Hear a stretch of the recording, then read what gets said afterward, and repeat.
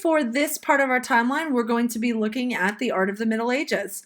We're going to, pause and think about, well, what came before? So we were looking at those ancient cultures where we have, a lot of restrictions in terms of the materials they were able to use, a lot of stylization, awkwardness, kind of things that look, we might put different adjectives for how it looks, in terms of it's certainly not realism or truly realistic, and the way that they're recording what it is they're putting in terms of subject matter into their imagery and what they're making.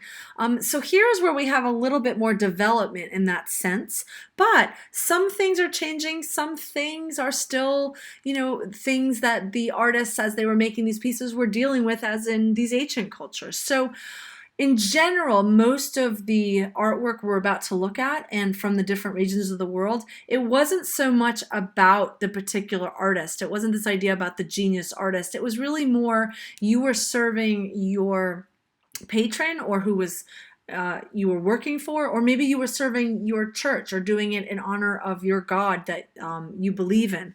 And so it was really much more about that. So that's going to be the focus for this time chunk.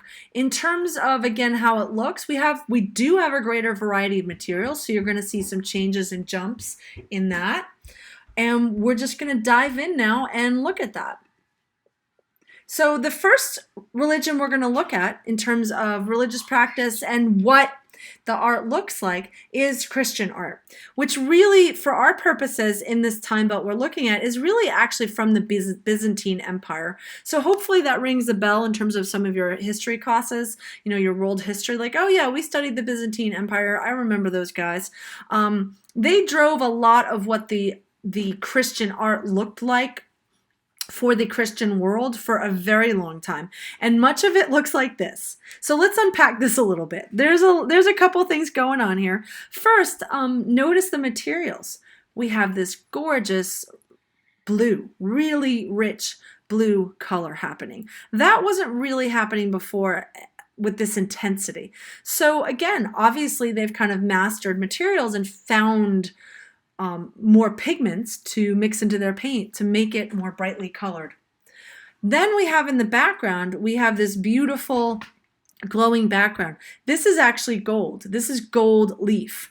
So this speaks to, we're getting sophisticated with our materials, but also we have the money and the know-how and the time to make this sort of thing happen. So what else is going on? You may have noticed this looks a little bit odd. It's like they're trying to be realistic, but it didn't quite happen. So that's what goes on with much of this art. They are looking more at people, but they haven't quite figured out proportions. Obviously, the baby Jesus's face is like squashed on this big head, and it just looks weird, right, guys? So this is where in the Middle Ages we have a certain amount of development, but then it's like it just stops. They don't quite get there yet. Do notice there is something that starts to look like shading, but then we also have a reliance on just line work to start to still define kind of the folds of the fabric or kind of what's happening on the fabric. So they're skirting the edge of starting to figure out how to shade even here in the face, but not really quite there. So we're going to move next to art, again, as it says, inspired by Islam. So Islam, like Christianity, has variations. So we have, for instance, now we have kind of the Catholic Church, we have the Protestants, and kind of, the English split off from the Catholic Church long, long ago. And, here in this country, we have, for instance, the Baptists. So we've got many different kind of subcategories of Christianity. Well, Islam is the same way. And so this is really one split where this artwork is from one of the belief groups of Islam, where they believe that you cannot represent a human at all, or anything made that by God, by Allah, because that's idolatry. You cannot do that. So what starts to happen out of their art is we instead see this total investment in pattern and color and design. And they also get on board with the idea of writing as an art form. So we get this beautiful calligraphy happening. And this is considered as high an art form as anything that would be drawn or painted. That was very, very important to them. I mean, and you could see, like, imagine this is all done by hand. So pretty incredible work. So next we're going to look at Judaic art, kind of swinging back to more of the Western European world in a sense, but coming out of the Middle East, right? That's where Judaism comes from, and so did Christianity.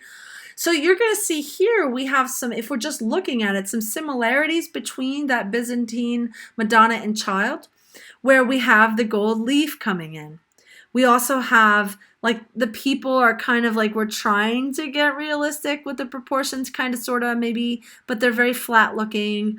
There's not a lot of overlapping. There's no real sense of depth. Things look a little bit goofy, and to show something is higher up, they just move it up the page. So those are the things that still stay true in terms of from the ancient art to now that we still see happening here. Again, similarities, but some differences. So jumping into Buddhist art, we're going to make sure and remember that the Buddha is actually Indian. And it is actually, even though I've put it into this category of a spiritual, religious group and kind of practice, it's really actually not a religion per se. So the Buddha is not a god. You do not worship the Buddha. He was a man that went on a path seeking enlightenment, and he found the way. And so you follow the Buddha's teachings to reach enlightenment for yourself. So embedded in that is, for instance, here's a manuscript that's kind of spelling that out for you. So here are your words, and then here is your image that kind of, again, we see an expansion of colors. So we have this beautiful white on this Buddha, and some blues and reds and kind of these yellows and greens. So lots of things starting to happen in terms of the way this image looks, but also incorporating that text. The last work we're going to look at is actually from China. So it's from the one of the original religious belief systems out of that part of the world, kind of before Buddhism comes into China. So it's really coming from a place where, to them, the landscape and nature was the best way to represent your beliefs in kind of their gods and be spiritually connected to the universe in the way that they believe. And so this may seem just like an incredibly dynamic landscape out of ink. This is just ink on silk, which actually is quite difficult to do. So it's pretty incredible when you think about what they've created here. But all of this has meanings for them, whether it's the flowing water is kind of the necessary, sustenance of life. Craggly dead trees actually represent that quality of the end of life or an old person. So you have this sense of the beginning of life and the end of life. So there's a lot going on in these if you start to unpack what it actually means. A side note, they also add calligraphy to their pieces, and we know who this artist is. He actually was quite famous, and this painting is one of his most famous paintings. These little signatures of red on the painting, they actually are the owners of this piece through time. So what happens is when you get a piece, you sign it, in Chinese characters with your signature, and you get to pick a spot to put your stamp. That actually makes this piece more valuable, believe it or not. So, and the more stamps and the more that they trace it back to the original owner or creator of that piece, the more valuable the painting is, and it becomes part of the beauty of the piece itself. So that's kind of interesting. I'll admit I am very much interested in this history of art. I am still studying it myself, so there's much for me to learn. But I hope you at least take it in and kind of appreciate what's going on here. So you're just going to respond to what you've just seen and post something into Canvas. All right, guys, have a good one.